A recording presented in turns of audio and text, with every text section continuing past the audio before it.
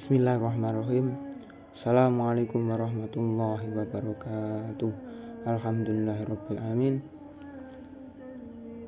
Saya membuat video ini dengan memenuhi tugas UAS Qawaid Fiqhiyah. Saya perkenalkan, saya Muhammad Saiful Arif dari kelas HKI 3A, dosen pengampu Bapak Muhammad Zainul Mutakin, yaitu tentang kaidah-kaidah fikih. Yang pertama yaitu al-umuru bil maqasidiha, yaitu artinya setiap perkara tergantung pada niatnya.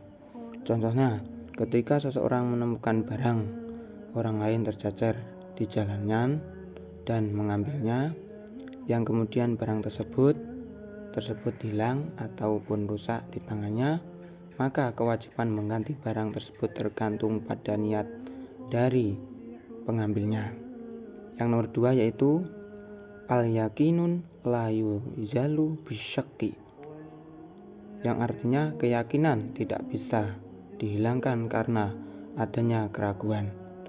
Contohnya, kasus orang ragu tentang apa ia sudah berhadas atau belum, maka yang dijadikan ukuran atau kondisi yang telah ada sebelumnya, yaitu jika kondisi sebelumnya ia belum wudu, maka ia dianggap batal. B. Jika kondisi sebelumnya ia sudah wudu, maka dianggap suci. Yang ketiga yaitu al-masyaqqatu taljilbut tafsiri, yang artinya kesulitan mendatangkan kemudahan. Contohnya, seseorang yang sedang dalam keadaan sakit, jika tidak mampu melaksanakan sholat dengan berdiri, maka diperbolehkan dengan duduk. Jika mampu dengan duduk, maka sholat dengan berbaring, dan cukup berisyarat ketika rukuk dan sujud. Yang keempat yaitu zohroru yuzallu, artinya kemudaratan harus dihilangkan. Contohnya, seorang dokter laki-laki yang karena darurat yang harus mengobati pasien perempuan, maka tidak memperbolehkan meliti anggota tubuh yang tidak perlu diobati. Yang nomor 5 yaitu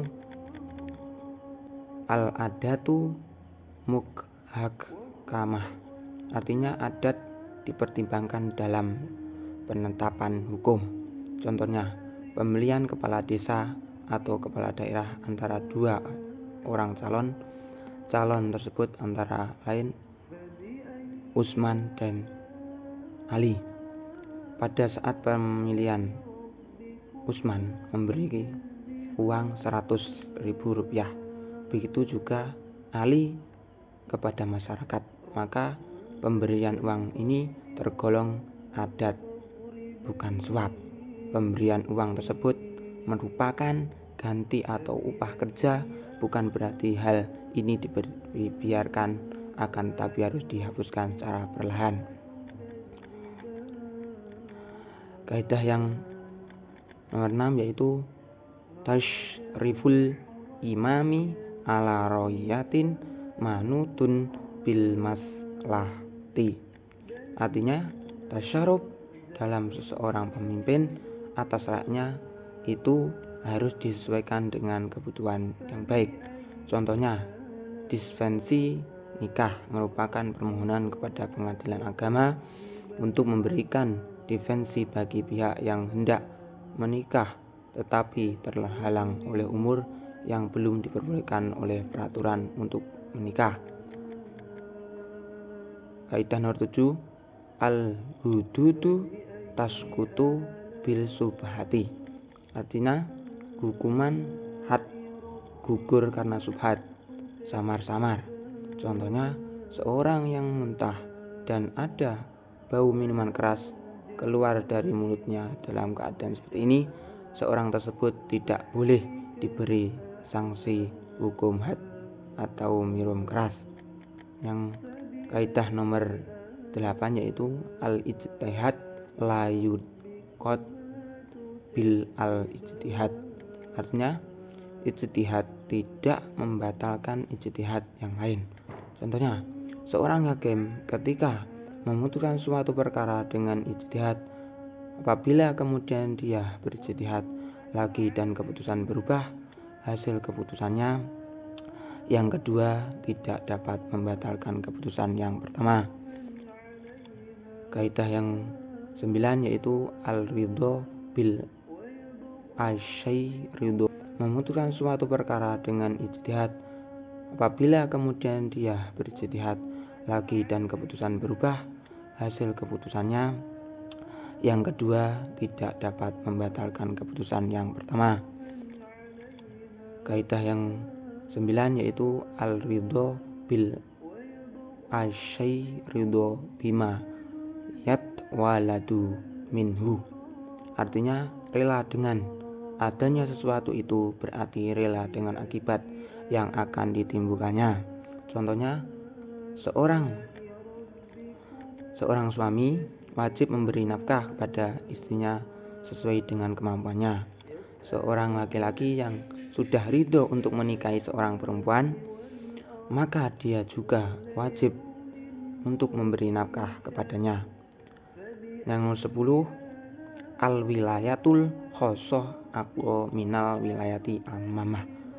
Artinya kekuasaan hak khusus itu lebih kuat daripada kekuasaan umum. Contohnya, diberi kekuasaan untuk menjaga desa ini, janganlah kamu untuk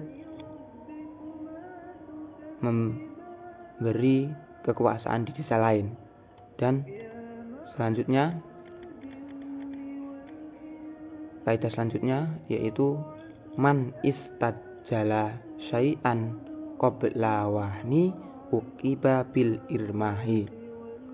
Yaitu artinya barang siapa tergesa-gesa dengan sesuatu sebelum masanya, maka dia tidak akan mendapatkannya. Contohnya, jika ada seorang anak membunuh orang tuanya, maka si anak tidak akan mendapat harta warisan dalam orang tua sama sekali.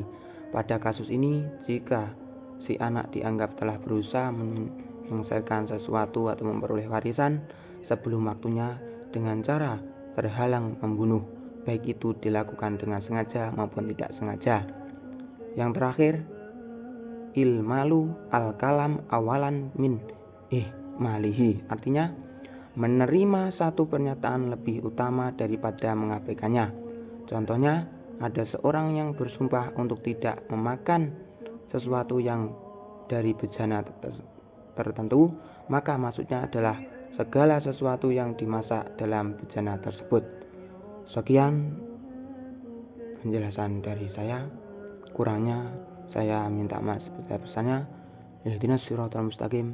Assalamualaikum warahmatullahi wabarakatuh.